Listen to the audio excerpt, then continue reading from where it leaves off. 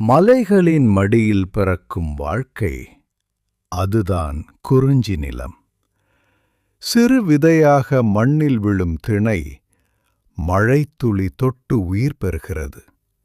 காற்றோடு ஆடி வளர்ந்து உழவரின் உழைப்பை சாட்சி சொல்லுகிறது.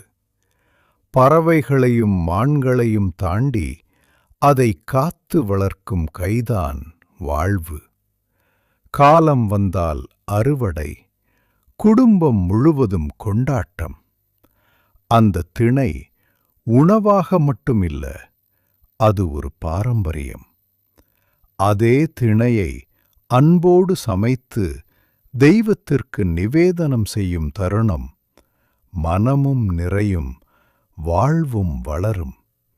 இதுதான் குறிஞ்சி நிலத்தின் உயிர்க்கதை. இந்த மாதிரி இன்னும் அழகான கதைகளுக்கு லைக், ஷேர், சப்ஸ்கிரைப் பண்ணுங்க.